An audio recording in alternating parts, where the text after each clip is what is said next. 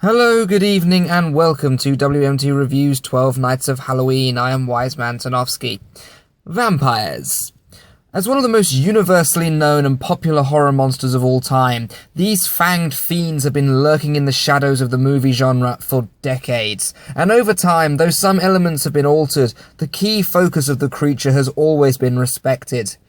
Well, almost always. The character and appearance of the vampire has undergone many changes. A well-dressed gentleman count who hides a dark secret, a werewolf-slaying temptress clad in skin-tight black vinyl, an everyman living in a house share with a werewolf and a vampire, and this. But for the most part, at least, the primary features of the vampire have survived for countless years. The allergy to the sun and holy artifacts, the sucking of blood through the neck via fangs, the death via stake through the heart. One of the most popular and well-known vampires is Count Dracula, of course, from Bram Stoker's novel Dracula. And he eventually found his way into cinemas through actors such as Christopher Lee and Bela Lugosi. But before Lugosi, before Edward Cullen, and before Kate Beckinsale, there was another adaptation of this monster, one which very nearly never saw the light of day.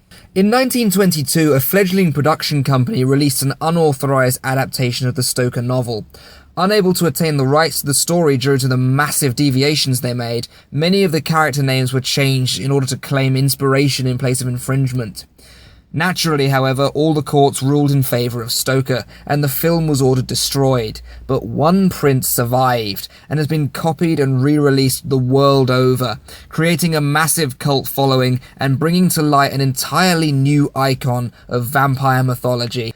It did so in the form of Nosferatu, a Symphony of Horror, a silent German film telling a story which is both similar and drastically different to the original Stoker novel. Occurring in 1830s Germany as opposed to 1890s Britain, the word vampire is replaced with Nosferatu, and the central character's name changed from Count Dracula to Count Orlok. It's a film that should never have existed at all, and those are some of my favourite films ever made. This is Nosferatu. So what's the story? Thomas Hutter, played by Gustav von Wangenheim, is in the employ of estate agent Nock, played by Alexander Granach, who sends him far and away to Transylvania to answer the interest of a new client who seeks to move to the area. Leaving his wife Ellen, played by Greta Schröder, in the trusted company of his friends, Hutter travels to the land of ghosts, where he is greeted by the ominous Count Orlok, played by Max Schreck. While staying with his strange host, Hutter begins to suspect him of being Nosferatu, the bird of death, and attempts to flee back to his town to protect his wife. Orlok, on the other hand, is swiftly transported in a coffin over the seas and arrives in the town just before him. But his wife Ellen is able to outwit the Count, inviting him in and causing him to become so distracted by drinking her blood that he forgets entirely about the coming morning.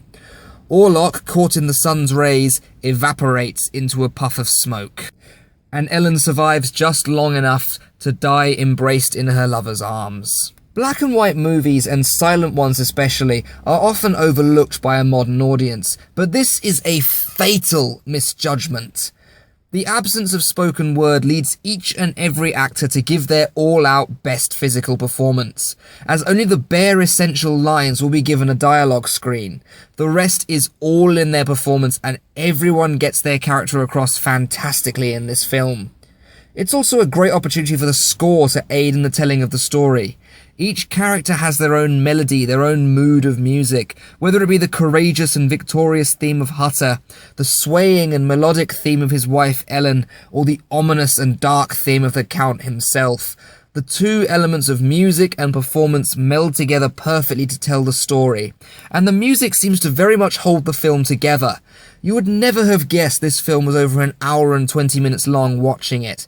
It's perfectly paced to create an atmosphere of very primal suspense, and never goes on for too long without something happening to keep your attention. So let's have a look at tonight's monster, Count Orlok, played by Max Schreck.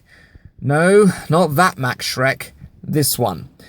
Schreck has an almost unnatural posture in this picture. His movements are subtle and awkward, his eyes are wide and observant, and he really does give off the impression of a monster hiding in plain sight. In Nosferatu, Count Orlok is almost a theatrical metaphor for the Black Death or the Great Plague. As this vampire does not create more vampires from those he bites, he merely kills them, and is often accompanied by rats and the earth of the Great Death. It's easy to see how people from this era would perceive the Black Death to be the work of some unholy monster. And this film depicts that fear perfectly. It's always been said about the Black Death that that was the time when death walked the earth, and it's perfectly portrayed in this film. I especially like the ghostly element to this character, from the times when he passes through solid walls to that iconic scene where he closes in on Ellen in pure shadow form. It creates a monster that you can never escape or hide from. The costume and makeup on the character are fantastic, from his restricting clothing to those chilling curled claws of fingers. He just oozes with the supernatural. Having a look at the rest of the cast, they all portray their characters perfectly. I think Hutter does especially well. I won't even attempt to pronounce the actor's name again, but he portrays his character brilliantly. The realistic skeptic who has his eyes forced wide open to the truth of the supernatural. He plays terrified very well indeed, and it's truly heart-wrenching to see him lose his loved one at the end. Speaking of which, Ellen plays some very good possessed sequences when she senses the presence of Orlok drawing closer. Her vacant and lost expression send chills up my spine, and she performed fantastically well. I really like the fact that it's Ellen and not Thomas who outsmarts the Nosferatu here. She's the one that reads up on its weakness, and she decides to sacrifice herself to save everyone else. It was a really powerful moment, and it only served to make the film even better in my eyes. Another standout performance was that of the estate agent Knock, who goes mad as a result of bringing this horror to their town. He has very frantic movements and his physical performance is just incredible, creating a deep and interesting character who, again, like everyone else, we never hear say a word. That's the power of silent cinema, and it's a power that simply doesn't exist anymore. I only had one real problem with the film, and I feel really bad for even saying that, but it's a review, so I do have to be honest. With regard to Orlok being outed as the vampire, it all felt very convenient and perfectly lined up. There just happened to be a book on Nosferatu in the inn Thomas stayed at. The professor makes a comparison between Venus flytraps and vampires, and Orlok himself doesn't do a great job of hiding his true nature. I mean, yeah, he does disguise his pointed ears with his hat, but he outright sucks the blood from Hutter's finger when he cuts himself at dinner. Not exactly something you want to advertise there, dude. But in all honesty, plot convenience is a minor complaint in an otherwise fantastic bit of filmmaking. With all due respect to the 1931 adaptation, I genuinely feel like no vampire film since this one has been as artistic or disturbing.